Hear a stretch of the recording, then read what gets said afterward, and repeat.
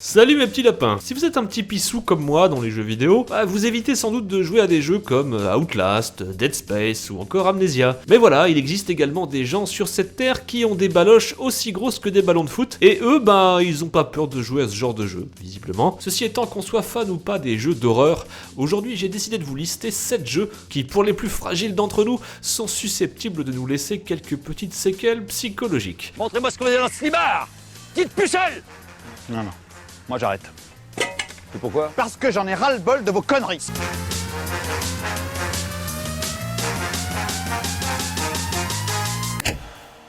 Allez, on commence par mon préféré, Silent Hill. Bon, je dis mon préféré, je vous avoue que j'en fais encore des cauchemars, donc bon, c'est relatif. Mais ceci étant, Silent Hill est pour moi vraiment à part. À l'époque, c'est un jeu qui nous a fait découvrir un tout nouveau genre d'horreur, bien loin des screamers et autres jumpscares. Silent Hill se basait sur l'ambiance. Il nous plongeait dans un univers à part, complètement déconnecté de la réalité, bien plus proche d'un Resident Evil en termes de gameplay, mais avec une ambiance oppressante et macabre. L'aspect psychologique du personnage jouait un grand rôle dans l'aventure, à tel point qu'on se demandait même parfois si le héros ne se battait pas contre ses propres démons. Tout droit arrivé du Japon, la série a marqué un bon nombre de joueurs, les petits comme les grands. Silent Hill pour moi c'est clairement le genre de jeu qui nous fait vraiment nous demander s'il est sain et sans danger de mettre les pieds dans ce genre de jeu vidéo.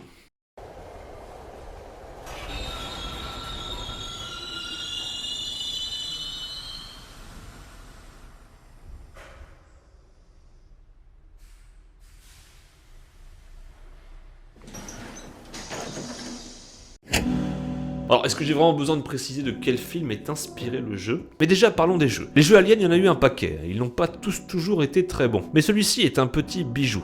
Contrairement aux autres jeux de la série, l'approche ici sera plus subtile, l'action laissant place à l'infiltration et la fuite. Les fans retrouveront l'ambiance du premier film de 1979, beaucoup plus axé sur l'ambiance et la peur du xénomorphe. Fini les fusils d'assaut et autres grenades, ici il vous faudra la jouer discret. Vous trouverez néanmoins pendant l'aventure un paquet d'armes comme le taser, le pistolet à clous ou encore le fusil à pompe. Mais ne criez pas victoire trop vite. Si toutes ces armes vous serviront à venir à bout des autres menaces du jeu, comme par exemple les humains ou encore les androïdes, aucune d'entre elles ne sera capable de venir à bout de l'alien. Tout au long de l'aventure, les fans d'Alien s'y retrouveront, puisque des gros clins d'œil au long métrage de Ridley Scott y sont présents. Vous l'aurez compris, si vous êtes fan de la série Alien et des jeux d'horreur d'infiltration, ce jeu est fait pour vous. Ceci étant, je vous garantis pas que vous arriverez à fermer l'œil après ça.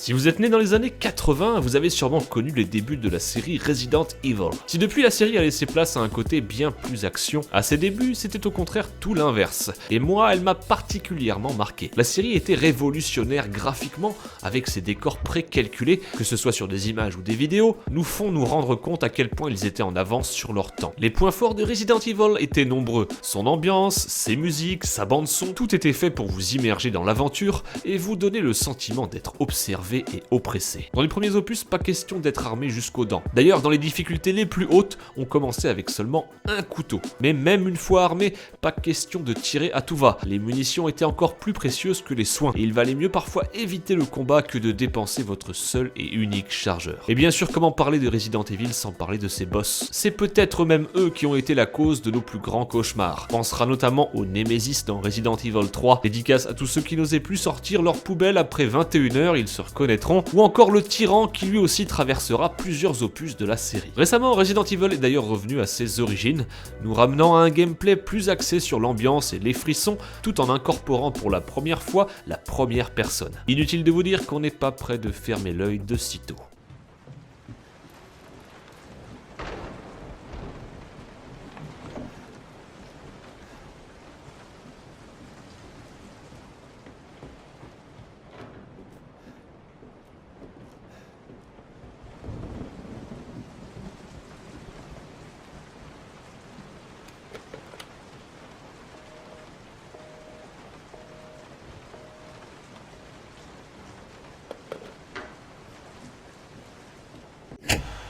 Le 7ème invité est sorti en 1993. Il nous plaçait dans la peau d'un personnage amnésique qui devait se frayer un chemin dans un manoir pas très accueillant. Rempli de puzzles et accompagné d'une ambiance flippante, ainsi que de cinématiques réalisées par de vrais acteurs, le jeu a énormément marqué les esprits de l'époque. Ce fut l'un des premiers jeux uniquement disponibles en CD-ROM, car le jeu était trop gros pour être contenu sur une disquette. Il a connu un énorme succès avec plus de 2 millions de copies vendues. Il fut brillamment acclamé par la critique et même par Bill Gates lui-même, le décrivant comme le nouveau genre du divertissement interactif. Certains disent que c'est en partie grâce à lui que les ventes de lecteurs de CD-ROM ont explosé par la suite.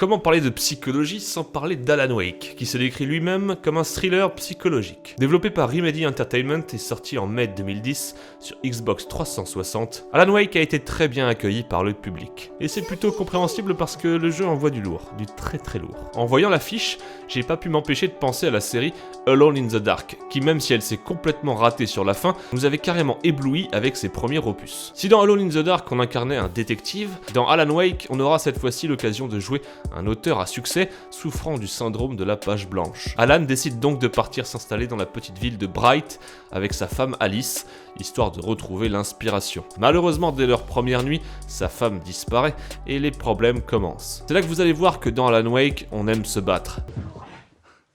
J'aime me battre. Mais cette fois-ci, l'ennemi est une force mystérieuse qui est capable de posséder les objets comme les êtres vivants. Vous devrez donc affronter cette ombre qui vous barre le chemin avant de retrouver celui de votre femme. Si l'ambiance est clairement au rendez-vous, le gameplay est lui tout aussi original. Qui dit combattre les ombres dit forcément apporter de la lumière, et c'est principalement cette dernière qui vous aidera tout au long de l'aventure. Votre lampe torche sera donc votre meilleur ami, mais pas que. Vous disposerez également de fusées éclairantes, de grenades flash et bien d'autres joujoux. Ce qui faisait la force d'Alan Wake, c'était également son environnement, qui vous laissait libre de tout mouvement, tout en vous guidant toujours plus ou moins vers une direction définie. Mais ici, pas de mur invisible, mais des falaises ou un ramassis d'arbres vous indiquant qu'il vous faudra passer par un autre chemin. Bref, un jeu à l'ambiance incroyable et au gameplay atypique qui a réussi le pari de mêler une ambiance oppressante et un gameplay large et dynamique.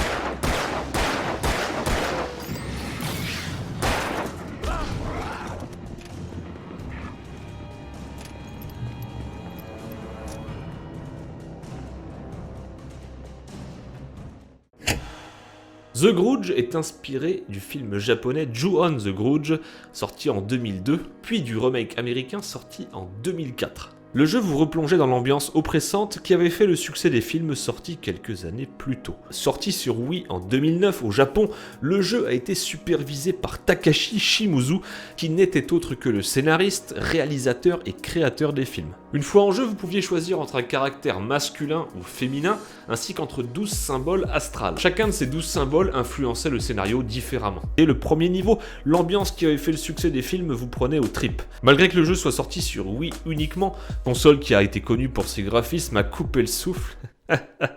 Le jeu restait malgré tout très correct graphiquement.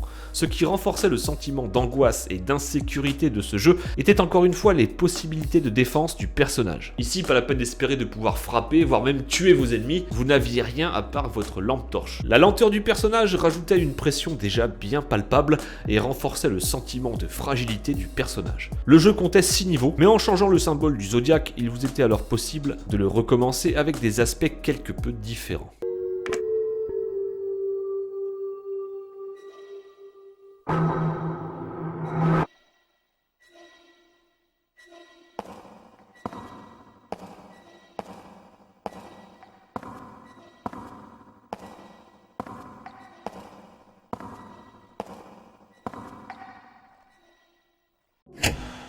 Popularisée par un petit youtubeur du nom de PewDiePie je crois, la série Amnesia a depuis bien grandi. Le jeu nous plonge dans la peau de Daniel, un homme ayant visiblement perdu la mémoire et qui progressera tout au long de l'aventure dans un château en essayant de comprendre d'où il vient et ce qui se passe vraiment dans cet univers étrange. Entre phases de puzzle et de fuite pour survivre, le jeu nous plongera dans un univers étrange à l'ambiance sinistre. Là encore, on se demandera souvent si le héros a toute sa tête et si les différents monstres, voire même l'univers tout entier dans lequel il évolue, n'est pas simplement issu de son imagination. Le jeu vous prend aux tripes et c'est rien de le dire.